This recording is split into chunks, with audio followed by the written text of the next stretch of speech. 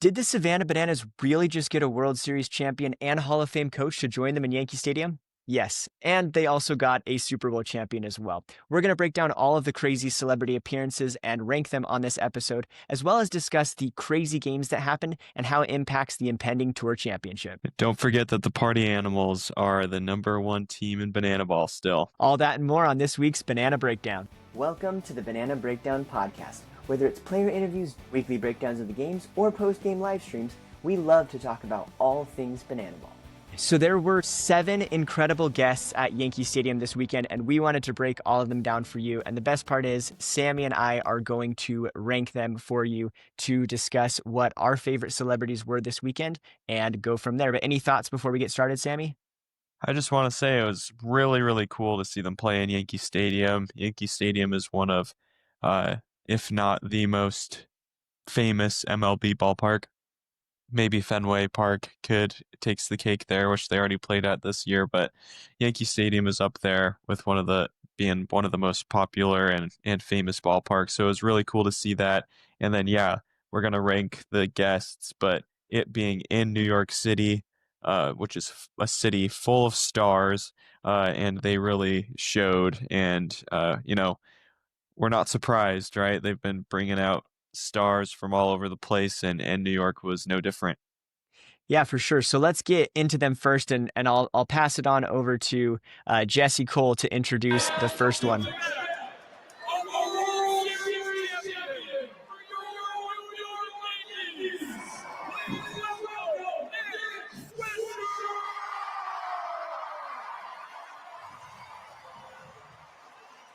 Yeah, that's awesome. Yeah, my favorite part of that is just how crazy the crowd goes for him. That was super cool. A little bit of background on that. This is actually his 3rd year coming to play with the Bananas, so pretty cool to see that he's been coming back so many times. Yeah, super cool. People really do love the Bananas. You hear a lot of chatter online of people trying to discount Banana Ball and make fun of it or whatever, but when you have these guys that they love baseball. This obviously Nick Swisher loves baseball. He's a World Series champion, one of the best ball players to ever play. With to have that championship there, and he loves banana ball. So if you think you're too cool for banana ball, try telling Nick Swisher that that you're cooler than him because I don't think you are. Yeah, and it's pretty cool for Nick Swisher as well because he was with them twice before, but this is the first time in Yankee Stadium since this is the first time the Bananas are playing there. So let's jump into showing you his at bats. So he comes up here. He hit off the first pitch, which was pretty cool, pretty good contact. Almost a collision, but Mason Maxwell makes the catch out there. So unfortunately, he did not get a hit, but I call that a huge win, the contact that he made off the player there. Oh yeah. You could tell he was excited. He wanted to get a hit right away. He was going to swing. And yeah, so that was awesome. Even though there's not a hit, still cool. And I'm sure Mason Maxwell is feeling pretty cool that he got that. Two players going for it right there. I'm sure both of them wanted to say that they caught a ball to get Nick Swisher out, and there you go. So I thought that was pretty awesome. Yeah, no, it's super cool to see. But now for the moment of truth, we have to get into our ranking. So out of the 7, Sammy, where do you put this ranking? I put him number 3. I thought this was really cool. Uh, he he's a World Series champion, a New York Yankee to be in Yankee Stadium. That's something I've talked about a lot. Is just how awesome Banana Ball is when they are celebrating the sporting history of the city that they're playing in, and especially when they're talking about the baseball history of the stadium that they're playing in, right? And so this is something that's so cool where there is a Yankees fan in the stadium that is there that brought his son to the game and is like, look, this is Nick Swisher. I remember when he won a World Series here, and now I know you love the Bananas, but you better love the Yankees too. And so I just think that that's so cool whenever that happens. Totally. And yes, I put him down at six, not because it wasn't a cool moment, but Come because on. I think there's some pretty cool other celebrities that came out here today. So we'll break all those down. But yes, I did put Nick Swisher at number six. But anytime they bring out any of these MLB players is awesome. And I will say, I think that of all of the MLB players, like Nick Swisher would be one that I think they could have come to even more games than just one a season, maybe do like a week contract or something like that to like play kind of like what they did with some of the softball players this year, which is pretty cool to see. Yeah, super cool. All right, should we go to the next one? Let's do it. So jumping into the next one, Sam. I don't know how to say your last name, but this is a pretty epic moment. That jump over there was pretty epic by Noah Bridges there, and this is just super cool for them to do in Yankee Stadium. So he's singing his own song. This is how legends are made. He walked up from the crowd and was able to do that walk up there with Noah Bridges, which was pretty cool. Yeah, that was super cool, especially because this isn't a walk up for the bananas, right? This is Yeah. for the firefighters. And I love that. He's wearing a firefighter's jersey. Like this is always so awesome for the sport when guests aren't wearing bananas gear. Like this is really cool to try to build the brand of whatever other team, whether that be the firefighters, the tailgaters, or the party animals, to have someone wear their jersey and say, hey, bananas aren't the only team, right?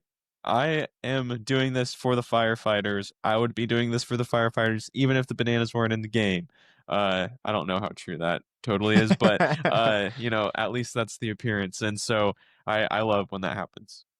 Yeah, super cool to see. But let's jump into our ranking right here. I'll go first. I actually put this one at number three, and I will give you the main reason why. I grew up a Dude Perfect fan, and this was one of the songs that was in the background for one of their videos. And so I have Oh. loved this song ever since I was a teenager hearing that from the Dude Perfect one. So super cool moment. And also, yeah, cherry on top that it is in a firefighter's jersey. Really cool to see him promoting the other brand, a banana ball. Yeah, that totally makes sense. And yeah, I had him at number six. And I see how we're a little different here. But mainly because you'll see this in my list that I'm a I don't want to spoil anything too much, but I do prioritize the sporting figures a little bit more. So we'll see. We'll see.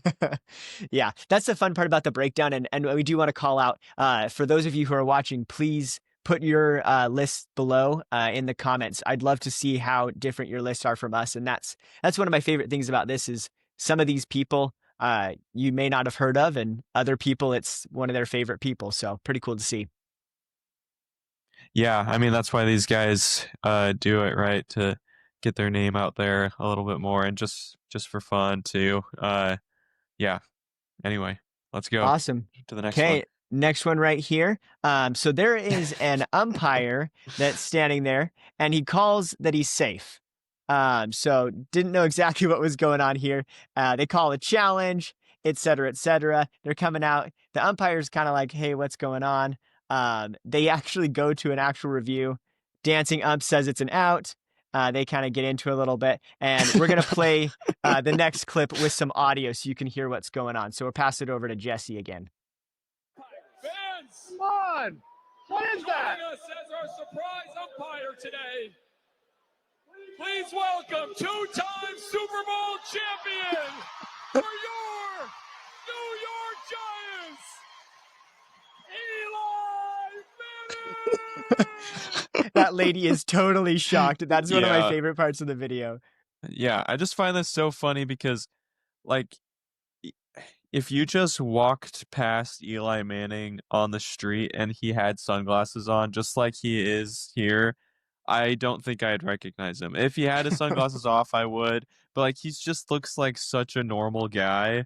Like, sometimes you look at football players and you're like, that is a football player. That guy is scary. Like he is so much bigger than me. And I know Eli Manning's tall, but like he just looks like, just a regular guy. And so that is so funny with having him surprise everyone like that. Yeah, super cool to see. And yeah, the audience reaction is hilarious. We'll show what happened next as he then grabs a couple New York Giants footballs, chucks them into the crowd for people. Everyone's trying to get one, and then he rips off the jersey and he throws it out into the crowd. And it's not in this video, but one of my favorite parts from this is if you watched the live stream, there's a guy that catches it. It's like a dad, and he's like showing it to his daughter, and some of the comments were just like, that guy's had to explain who Eli Manning is to his daughter and why that was so cool that he got the jersey. Yeah, I thought that was funny. definitely. But hey, that's what I was just talking about earlier, right? Is it's bridging the gap of these generations with, celebrating the sports icons. Eli Manning, he won 2 Super Bowls with the New York Giants, and he's a legend for the Giants. And, at one of those Super Bowls, he beat an undefeated Patriots team, right? Like he just amazing memories for the Giants. And so super cool to have, those young fans be introduced to the Giants in this way. And, the Bananas are, people can love banana ball, but the Bananas are also trying to help, those other sports brands. Totally. And with that glowing praise, I think we need to jump into where you put this one on your ranking, Sammy. Yeah, this was number one for me. I just thought this was so funny. Plus, Eli Manning is up there with one of the most famous people that they've had come participate with the Bananas. Eli Manning is still everyone knows the Mannings. Like the Manning family is so well known and is like almost football royalty with the quarterbacks, Peyton Manning, Eli Manning, and now their nephew Arch Manning playing for the Texas Longhorns, their quarterback. Like this this family, I think it's their dad that also played. This whole family is like football royalty, and to have him come participate with Bananas, and it's not just like he played and it isn't doing anything anymore. He still does stuff. Like him and Peyton are on Monday Night Football doing the Manning cast. Like they still do stuff all the time, and for him to come participate with the Bananas is a huge win for them, and also just super super cool. Plus, I have to add that this moved it up because it was just genuinely hilarious too. Like what is even going on there? That whole bit is pretty funny. Yeah, no, it was awesome. It was almost number one for me. I'm holding out for one other appearance that was really really cool for me. But Eli takes it at number two for me.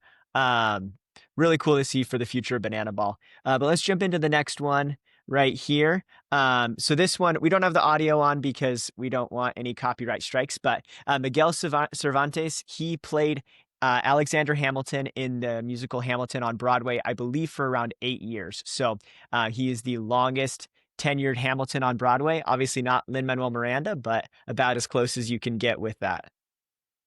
Yeah, this was super cool. Broadway, obviously in New York City, super important.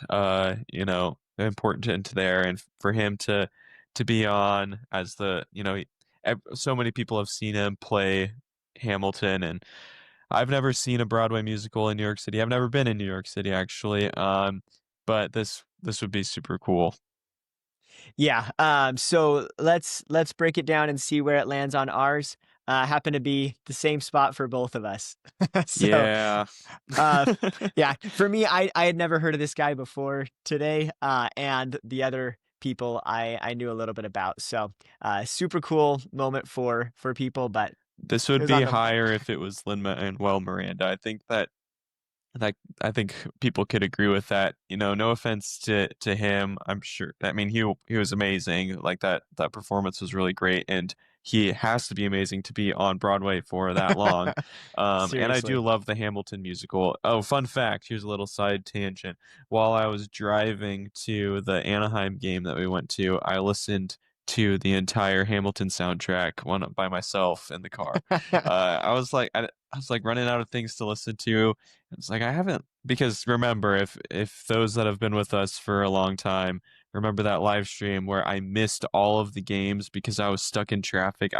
I was we did a live stream the night before we went to the Anaheim game, and I was driving all day, and it was supposed to take me 5 hours, and it took me 9 or something like that, or maybe it was 6 and 9, but the traffic was so bad, and I was running out of things to listen to, and I was like, it's been years since I've listened to the Hamilton soundtrack, and I don't know what prompted it, but I was like, you know what, I'm just gonna do it, and I did, and so there you go. There's my Hamilton and Bananas, crossover right there before this one. So yeah, Yeah, you just manifested that into existence. That's awesome. I guess so. Jumping into the next one, we've only got 3 left, so we'll see where this next one lands. Big Time Rush came out again, no audio, but they did an incredible performance there, and this is my favorite part right here. Dr. Meadows and one of the singers backflips in front of home plate, right in the middle of the song. So super cool way to end it. Yeah, this was super cool. I'm gonna be honest, I didn't know Big Time Rush was still around. Um, but this was cool, especially for the backflip there. Yeah, cool Yeah, I stuff. hadn't heard of them very much, just kind of rumblings in the background. When I was in I think they had a Nickelodeon show back in the day when I was in middle school or something, and I think I watched a couple episodes, I don't know, but that's the last time I thought about them was back when I was watching Nickelodeon. So I didn't know that they were still doing stuff, but good job to them. They really were impressive. That's not trying to throw any shade at them. That it was very impressive. So good on them for doing stuff. I just had no idea they were still going. Yeah, no, it was super cool. And with the rankings, I put them at number 5. Oh, you did too. Yeah. I think for me, the backflip kind of pushed them above Nick Swisher. For me, that was a close call. But definitely super cool to see not only performing the songs, but also really getting into the spirit of the Bananas with Dr. Meadows there. It's pretty cool. Yeah, it was awesome. I really love the performances that the Bananas have had this season. Combining music and sports is really cool. Yeah, so that was pretty cool. I wish we could share the actual performance with you guys, but go look it up on the Savannah Bananas YouTube channel. Don't want to play any any extra music here. And then this one was super fun. So this is the Bananas foster, and Keegan-Michael Key was actually adopted out of foster care, and so he came out to congratulate the foster family of the night, which is pretty cool, and share a moment with them. So a really cool way of bringing him into Banana Ball. I think they've done this a couple other times with other celebrities who also came from the foster care system. But super cool. I love his stuff. So Yeah, I love seeing this. It's an inspiration for those kids that have gone through a really, they've had a hard life being in the foster care system. They have this family now that's really good for them, but it's really cool and to have Keegan Michael Key to come out and show, it's aspirational to see that, to see I could do something really cool because this guy went through the same thing. I don't need to let uh my upbringing or whatever limit what I can do. And this is really cool. A few weeks ago, Kyle Van Noy, shout out Kyle Van Noy, former BYU Cougar, he and Baltimore Raven, he participated in a Bananas Foster thing as well. And so, yeah, you're right. They do this with some other prominent people that grew up in the foster care system, and it's just really cool to see. yeah, and just some background if you don't know, the Bananas foster happened because the owners, Jesse and Emily Cole, have adopted 2 kids through foster care, and they wanted to have a way to reach out and help the community a little bit more. So between every single game of Banana Ball, even if the Savannah Bananas are not there, there's a representative that brings a foster care family from the local community onto the field to recognize them for the sacrifice and the awesome things that they are doing. And it's really cool to see. And then it's not shown here, but after this, in every single time, all the players from both teams come out and they do a big group hug with the family and show that support. So really cool thing with Bananas Foster in general, and Keegan Michael Key was a really cool part of it. So I put that as my number 4. Looks like you did too. So Yeah. close All on a right. couple of them. There's only one left, so I guess we'll see. Okay, You we'll know pass where we it. put it, but here we go. We'll pass it over to Jesse for the introduction. Now coming to coach, a 4-time World Series champion and Hall of Famer from your New York Yankees. Please welcome Joe Torre!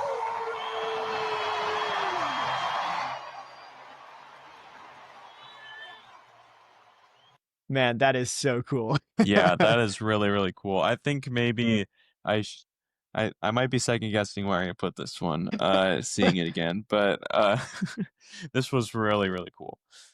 Yeah, so my main reason for putting it at number 1 is actually it may not be what you expect, but growing up in Arizona, being a fan of the Diamondbacks, they actually won the World Series in 2001 against the Yankees, and that was how I knew of Joe Torre. Was my family had we had a DVD of the World Series, and so we would watch the highlight reel of all 7 games, and they kind of made like a documentary behind the scenes about it.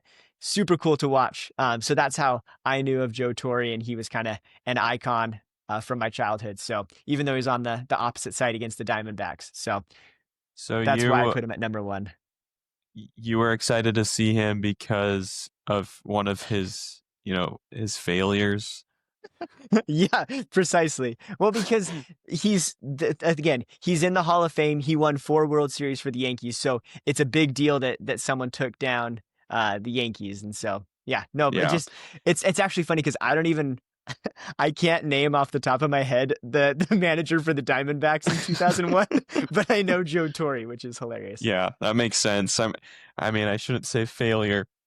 Anytime you get to the World Series, I mean, they won a pennant and they made it to the World Series. It's not a failure, but it's just funny that your favorite moment of Joe Torre and why you were excited to see him is because he lost to the Diamondbacks. No, that was really cool. A Hall of Famer, 4 World Series championships. Just incredible to have him out there with the Bananas. Yeah, super cool to see, but that's our ranking. Again, leave your ranking in the comments down below. We'd love to reply to your comments and see where you ranked all of these players and celebrities this weekend. But there's so much more to talk about with this weekend in New York, so we're going to keep moving along right here. So let's jump into one of the other incredible moments of the weekend. Ryan Cox has been absolutely incredible this year. He just scored his 200th trick play this weekend, and that's the second year in a row he's hit that milestone, and no one is even close to catching him. Just amazing stuff. We've talked about this a ton on the podcast, but it just feels like anytime he catches or, anytime he gets the ball, anytime he fields the ball, it's just so natural and so quick for him to just do a trick play.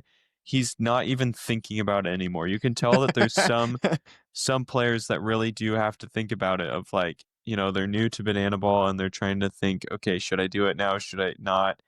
Ryan Cox doesn't even think. It's just in his DNA. I don't know if he can even field it normally. Like I don't know. Yeah, just really, really crazy stuff. Yeah, it's super cool to see. And we're going to break down right here some of the numbers behind it, showing how crazy it is. So in 2024, he scored 207 trick plays. This weekend, he passed 200, is currently at 201, and there's 4 games left. So he will most likely break his record for 2025. But we also wanted to talk about, can he do it again in 2026? When I first heard that he did it 2 years in a row, my initial thought was yes. But then we pulled some numbers, and it's a topic for the podcast to see if he's going to be able to pull it off next year. So I could break this down here. In 2024, they played 84 games. In this year, in 2025, they're playing 72.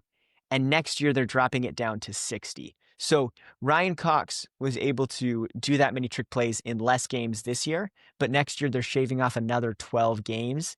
And his trick play rate currently in 2025 is 3 trick plays per game, which if he stays at that rate, he'll get 180 in 2026. So, pose that question over to you, Sammy. Do you think that he can up his game again and pull off 200 next year? I don't know. It would be incredible if he did, but another thing to keep in mind is that the past 2 years, they were all home games, so he had the opportunity, more fielding opportunities. We've talked about this before, but the home team gets more trick plays typically because they field more because there's not the walk-off opportunity. There's always going to be 3 outs in the top of the inning when the home team is fielding.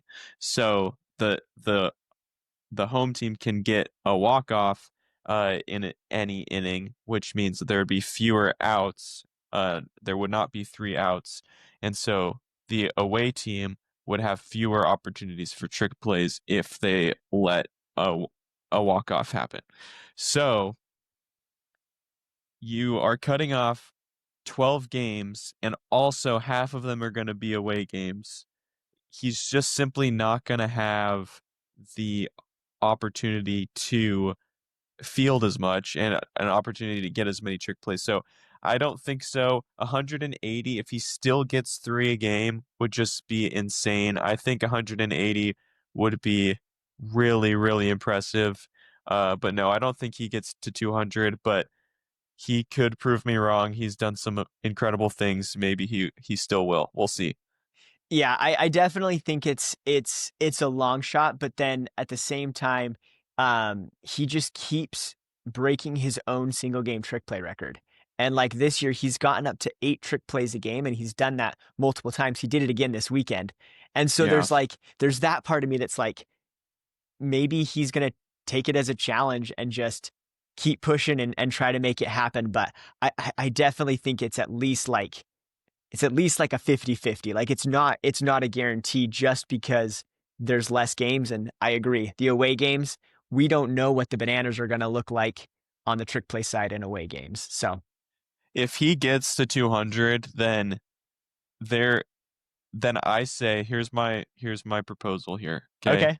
If he gets to 200, then going forward, even if he's still in the league, the trick play winner, like the player that gets the most trick plays, whatever that award is, should be named the Ryan Cox Trick Play award, something like that, Yeah. name the award after him. If he gets to 200, maybe even if he gets to 180, that's so impressive, but definitely if he gets to 200, you got to name it after him. Yeah, I love that idea. I could see that, especially at whatever point that is in the future that banana ball players start retiring. When he retires, I think he's forever going to go down in the history books for trick plays, and it's going to be hard for others to catch him in the future. So, Definitely. but just to show a couple things with this, I pulled up from bananaball.com/stats. These are the Great trick plays. website. Brandon loves Yes. this website. It's one of my favorite websites. So this is the trick plays per game for home games. So to be noted, like Jordan Hussein on the Texas Tailgaters, they've only had a few home games.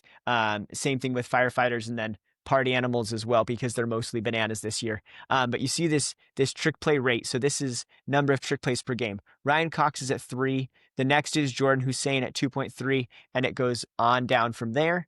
And then the next one is the away games. And as you can see, it kind of drops a little bit.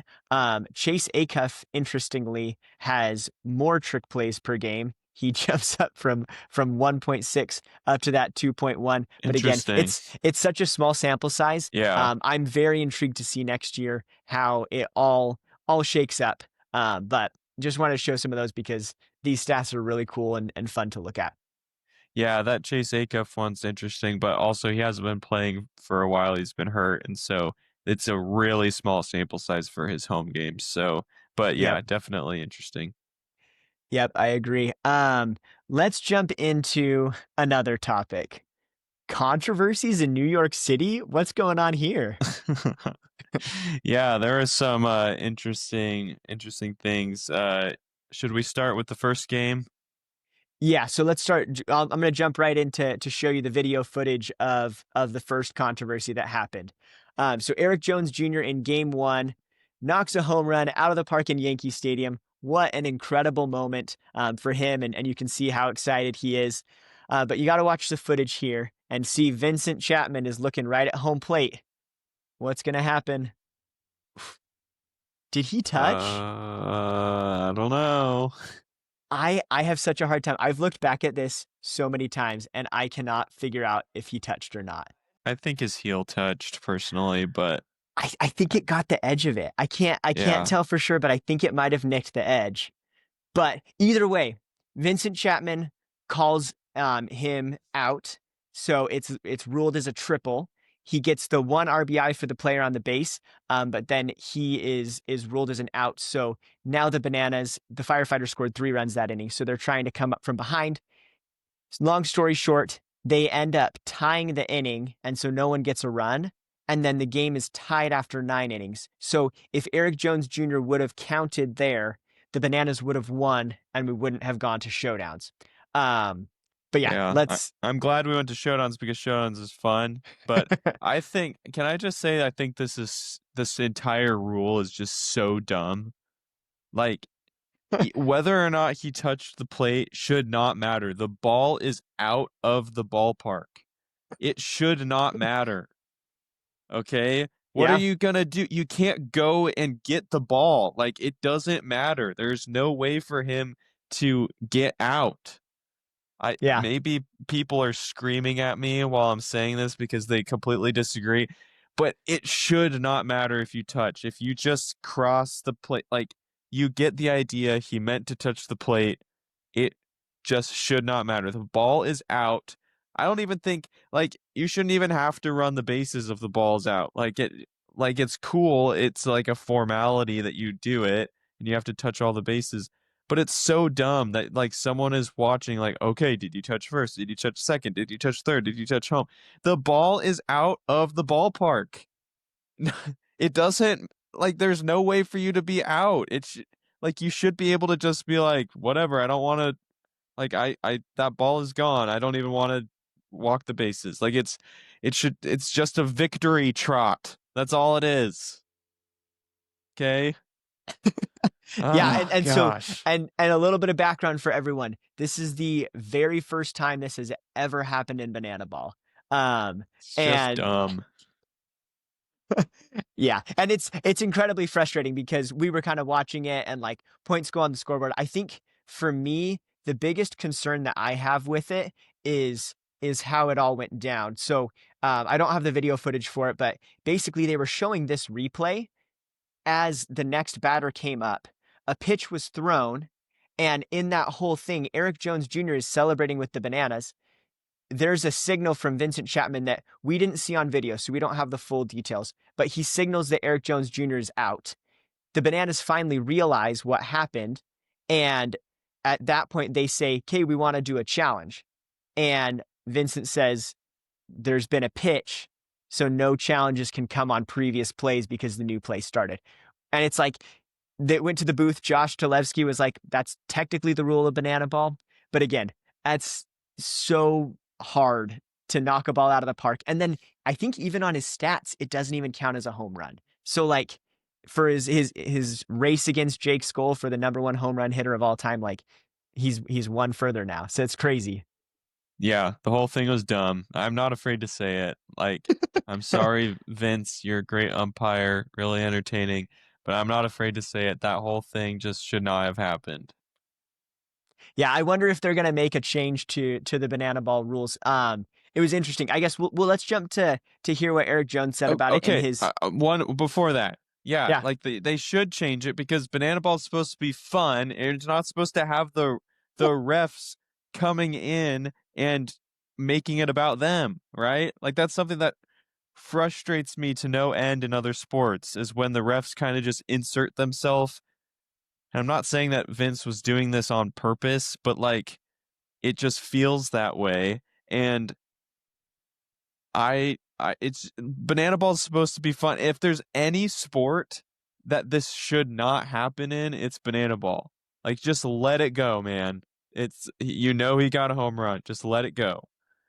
There. Finally got it Yeah. off my chest. I've been No, waiting to explode about this.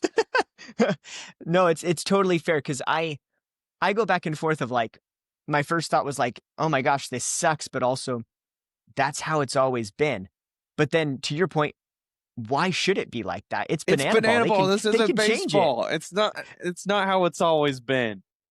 Yeah, so I wonder maybe that's something that changed in the future. But Eric Jones Jr. brings up an interesting point about his helmet and that being like an extension of the body that people have used in the past. But let me Oh actually yeah. show his post game interview. He's still won Showman of the Night, but let's play what Eric Jones Jr. says about it right here.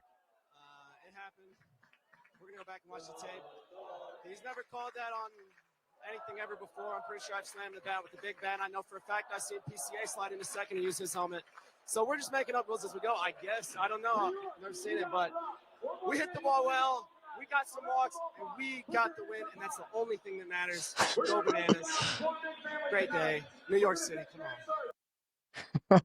But Yeah, like, he's so mad. now he's gonna go down in history as the first Savannah Banana to hit a home run in Yankee Stadium, and it didn't count, and he didn't score a run. Like that's crazy.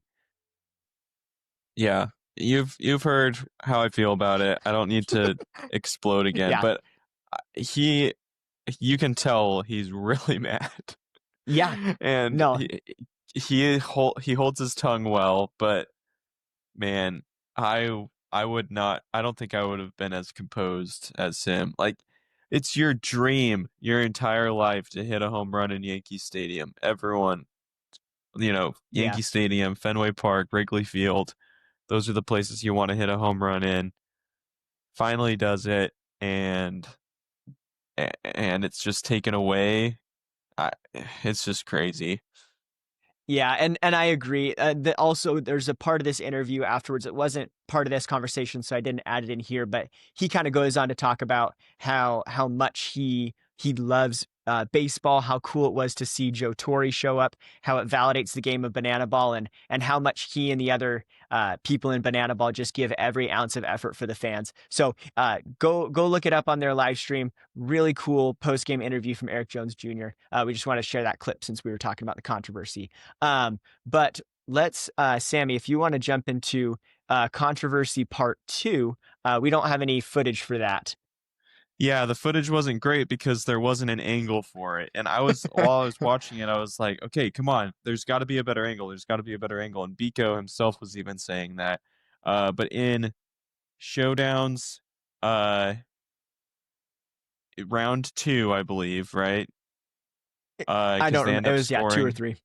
Ah, man, I can't remember if it was 2 or 3, but no, it wasn't 3. It wasn't 3. Okay. Yeah, so it's got to be 2. Someone could correct me. I don't know. It's been a while. I had a crazy weekend. Anyway, Ben, I don't even remember who the batter is, for crying out loud. I just remember It was Reese Alexiades. That's right. That's right. Is Okay, this one. then it was 2 Our man because Reese. it didn't go to 3. There was 2 Okay. because the ending Because was Sammy kind wrote of, an article about this, and so he remembers. and I can't even remember. That's how crazy my weekend was. Okay, I was in Utah all weekend, and I got hardly any sleep. I drove all day on Friday. I drove all day on Monday. I've been really busy. Life is crazy. I feel Everyone in the a little bit comments, shout embarrassed. out. Yeah, okay. I feel a little bit embarrassed that I didn't know that off the top of my head. But here we go. Reese Alexiades, he ends up scoring the winning run. But what happens is we should have gone to round 3 of showdowns because Ben Dumb gets him to pop up foul. It's a foul ball. And I don't know for sure what happened, but Biko is like convinced that a fan catches the foul ball cleanly. And he doesn't necessarily have the best angle where he is, but maybe he did. I don't know. But there's no other angle in the broadcast that shows, like, they can't figure it out. And pretty quickly, Vincent Chapman says, no out. It wasn't caught clean. And Bigo's like, come on, let's go to another another angle, but they never do. They never figure it out, and Reese just keeps going. It ends up being a ball force sprint, and uh, Bendum fumbles the handoff from the catcher, and Reese easily scores on the ball force sprint in showdowns, which is a really kind of a sad way to end the game. Like, it's in Yankee Stadium, you want something exciting to happen. So I wanted it to go to round three, which should have happened if that ball was caught cleanly. Um, but yeah, so that's the controversy. I don't know what your thoughts are on that. I wrote about it in an article on SI, and yeah, so I don't know why I blanked on all the details there for a second. I'm just really tired. No worries. Yeah, I mean, I am excited that Reese was able to have a walk-off in showdowns. We talked to him in our interview here on the channel how he's most of the time the fielder, and he was in this round as well. But he didn't have to run because Danny Hosley shut him down. But he doesn't Yeah, normally get to bat we need because we he's we need to fielding. talk about how amazing Danny Hosley was. Sorry to interrupt you. Seriously. He was No, incredible. no, you're good. And I don't have all the stats in front of me, but it's something crazy. Like, so he had Well, like he had two two strikeouts in strikeouts in these showdowns, showdowns. Yeah. and he had a couple more strikeouts earlier in the game. And it was something like he's at like 18 or so showdown shutdowns, and like eight or something of them have been strikeouts. Like, absolutely top notch this year. We always talk about it, and I still think that Drew Gillespie is probably the number one pitcher in Banana Ball.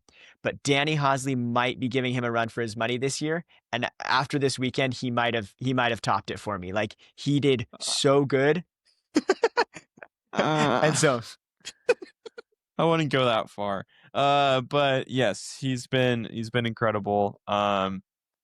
Yeah, just really, really impressive. He might be on a better run right now, but Drew Gillespie's still the best. But we've got four amazing closers with all four teams just have really they have pitchers that I would trust in showdowns.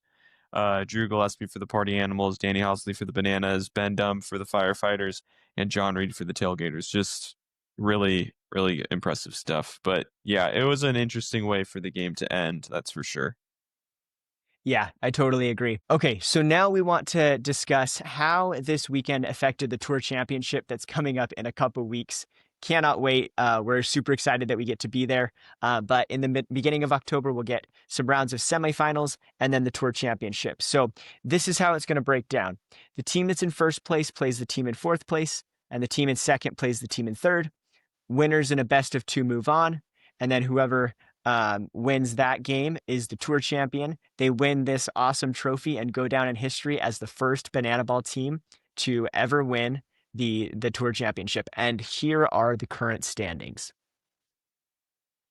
Yeah, and just to kind of explain a little bit further, best of two sounds kind of weird because like what if they split, right?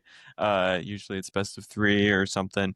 But what they have said is that if it's both games, if a team wins one, the other team wins one, then it goes to one more round, like a sudden death showdowns type thing. Like it's showdowns right after the second game to decide who goes to the championship game. Which will be so cool to see, and I hope that happens. Yeah. But the Party Animals are currently in first with 43 wins. They are about a game and a half ahead of the Bananas, and then the Tailgaters are pretty much a shoe-in for third place at this point. So if the standings stay as they are, we've only got a couple games left. Two more for the Party Animals and Firefighters, and four for the Bananas and Tailgaters. If the standings end as they were, the rankings would be as follows.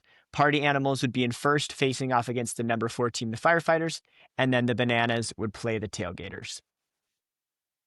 Yep, that's what I'm hoping for. I think that's what it's gonna be, but it's gonna be weird with you don't have the same number of games, but they'll figure it Yeah, out.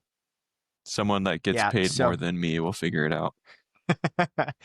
yeah, for sure. So we'll see how it ends. But the Party Animals have their final games. Party Animals and Firefighters, their final games this weekend before the Tour Championship. So we'll see how this goes.